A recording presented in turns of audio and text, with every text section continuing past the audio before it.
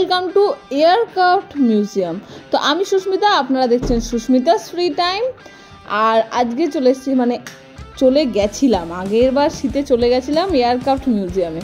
তো এই মিউজিয়ামটা কিন্তু নিজেই একটা ইতিহাস বহন করছে এবং তার সঙ্গে সৌন্দর্য তো অবশ্যই রয়েছে।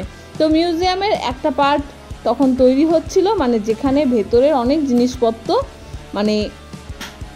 এয়ারক্রাফটের যে জিনিসপত্র সেইগুলো রাখা হবে এবং দেখানো হবে। আর অনেক কিছুই রয়েছে এই এয়ারক্রাফটের ভেতরে।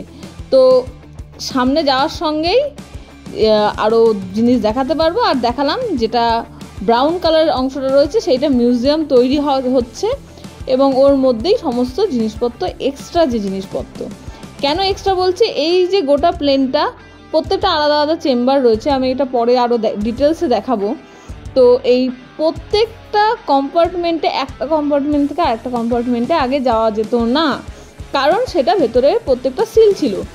যদি যেতে হতো নিচ দিয়েই উঠতে হতো এবং তলা দিয়ে, হ্যাঁ এক্স্যাক্টলি তলা দিয়েই উঠতে হতো এবং তলা দিয়েই বেরোতে হতো, এছাড়া কোনো উপায় ছিল না।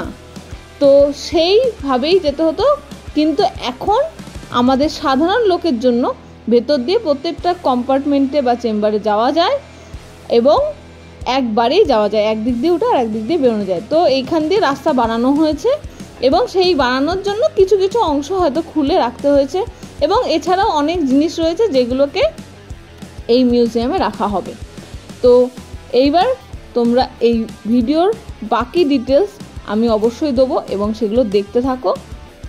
আর কেমন লাগলো ভিডিওটা সেটা কিন্তু অবশ্যই কমেন্টে জানিও। আর কারা কারা অলরেডি এয়ারক্রাফট মিউজিয়ামে গেছো সেটাও কিন্তু কমেন্টে জানিও।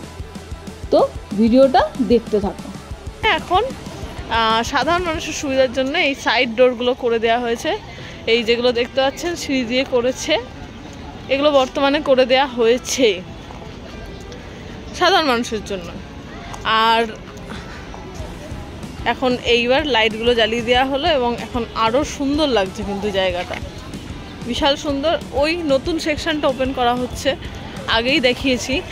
এখানে ওই নতুন সেকশানে এই প্লেনের অনেক কিছু অংশ যেগুলো এখানে দেখা যাচ্ছে না, সেইগুলো সমস্ত কিছু ওই নতুন যে সেকশনটা রয়েছে সেই সেকশানে রাখা হবে।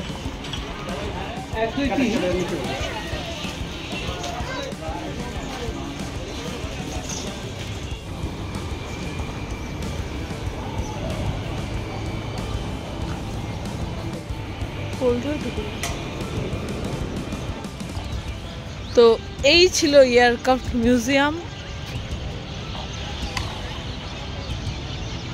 আর এটা দেখতে আসা যেতে পারেই, একদম রেকমেন্ডেবল বলাই যেতে পারে। যদি ফাইটার প্লেন সম্বন্ধে বা আমাদের ইন্ডিয়ান হিস্ট্রি সম্বন্ধে একটু জানার ইচ্ছা থাকে তাহলে অবশ্যই অবশ্যই আসা যেতে পারে। এইটার কথাই বলছিলাম, যেখানে সমস্ত এই যে প্লেনটা রয়েছে, এই প্লেনের সমস্ত অনেক পার্টস ভেতরে রয়েছে যেখানে এখানে রাখা যায়নি, কারণ সাধারণ মানুষরা এখান দিয়ে যাতায়াত করবে। কারণ এখন মাঝখানের কম্পার্টমেন্টগুলো সব খুলে দেওয়া হয়েছে। অ্যাকচুয়াল একটা কম্পার্টমেন্ট থেকে আরেকটা কম্পার্টমেন্টে কেউ যেতে পারতো না। তো সেই কারণে এখানকার অনেক জিনিসই যেগুলো এখানে ভেতরে রাখা যায়নি তার স্মৃতিগুলোকে এখানে রাখা হবে এই মিউজিয়ামের মধ্যে। এই মিউজিয়ামটা বানানো হচ্ছে এখনও, তো বেশ সুন্দর, আসতেই পারেন। So tata, bye bye. যেটা বলতে ভুলে গেছিলাম, এই এত সুন্দর পরিবেশ, এত সুন্দর একটা জিনিস দেখানোর পরে যেটা একদমই বলা হয়নি সেটা হচ্ছে চ্যানেলটাকে সাবস্ক্রাইব এবং ভিডিওটাকে লাইক করতে ভুলবেন না। আর ভিডিওটা ভালো লাগলে, আর যদি আপনারা অলরেডি এখানে ঘুরে গিয়ে থাকেন তাহলে সেটা কমেন্ট সেকশনে অবশ্যই জানাবেন। সো আমি জানাচ্ছি বিদায়, টাটা, বাই বাই।